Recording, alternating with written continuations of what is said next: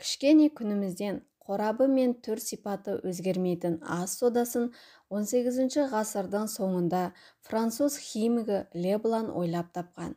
Содан бері бұл өнім көптеген қолданысқа жарап келеді. Бүгінде ас содасын химиялық, жеңіл, тоқма, медициналық өнеркәсіпте, тіпті металлургияда да пайдаланады. Үй шаруасында ас содасы көбіне аспаздықта және дәрі-дәрмек ретінде қолданылады. Ас үйде сода түрлі бәліштер пісіру үшін қопсытқыштың орнына жүреді. Сонымен қатар сусындар дайындау үшін, еттің дәмін шығарып тез дайындау үшін және де ыдыс аяқ жуу үшін де пайдаланады. Сәлем достар, бүгін сіздермен бірге 100 жаса каналы соданың адам ағзасы үшін қаншалықты пайда және қалай қолдану керек екенін айтатын боламын. Міндетті түрде видеоның соңына дейін қарап, менің каналыма тіркеліп қолдау көрсетулеріңізді өтінемін. Сіздердің әрбір қолдауларыңыз мені шабыттандырады. Ас содасының емдік ерекшеліктері. Күнделікті қолданыстағы ас содасы ауырғанда дәрі, керек болса косметикалық құралда болады. Айта берсек, оның кәдеге асар көзі көп. Енді оның қасиеттеріне тоқталатын болсақ. Сүтке араластырылған соданың дәмі бала кезіңізден бері бәріңізге таныс шығар. Бұл қоспа әлі күнге дейін жөтел кезінде сізге ерекше әсер етеді. Дәрігер, мамандар бір шай қасық соданы қайнаған сүтке қосып, ұйықтар алдында ішуге кеңес береді. Ал сүтті ұнатпайтын адамдар болса, оларға жөтел кезінде сода ерітіндісінен жасалған ингаляция, яғни тамақты булау көмектеседі. 1 литр қайнаған суға 1 ас қасық сода жеткілікті. Тамағыңыздың ауруына сода ерітіндісі ерекше көмектеседі. Оны 2 шай қасығын алып, 1 стакан жылы сумен араластырыңыз. Күніне 5-6 рет шайып тұруыңыз керек. Содан тамағыңыздың шырышты қабығы суландырып, тамақ қышуын тоқтатады. Конъюнктивит кезінде көзіңізді жиі сода ерітіндісімен жуғаныңыз дұрыс. Алайда бір ескере кететін жайт, бір мақтаны тек 1-ақ рет қолданыңыз.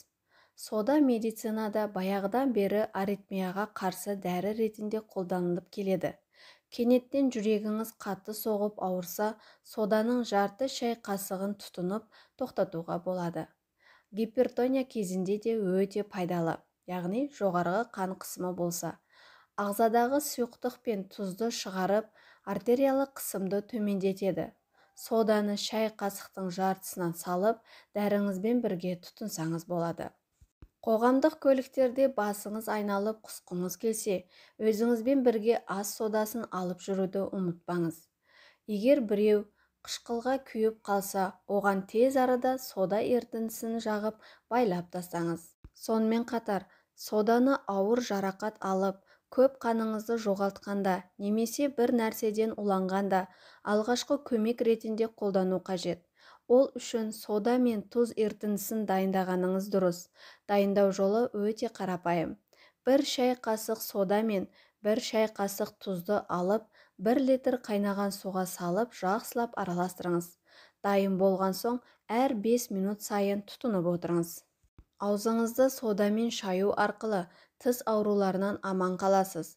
Ыстық сода ерітіндісін дайындап қойып, күніне 5-6 рет аузыңызды шаюды күнделікті әдетке айналдырыңыз.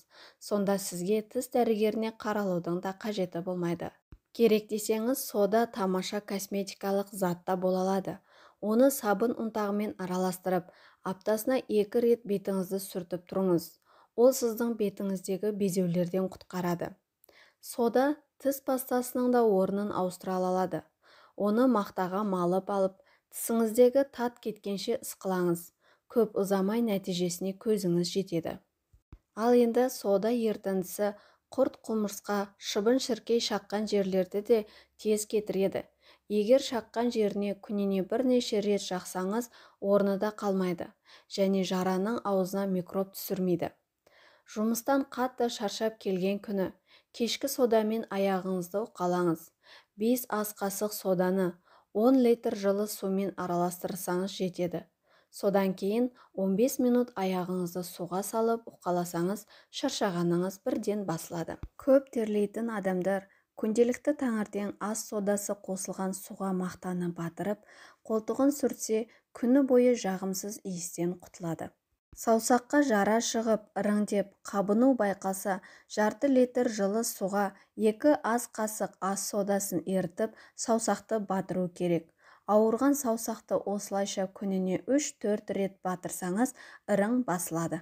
Зерттеушілердің сөзіне сенсек, ас содасын суға араластырып ішу арқылы ревматоидты артрит пен қызыл жегі ауруының алдын алуға болады. Тәжірибе барысында ас содасы тышқандарға берілді.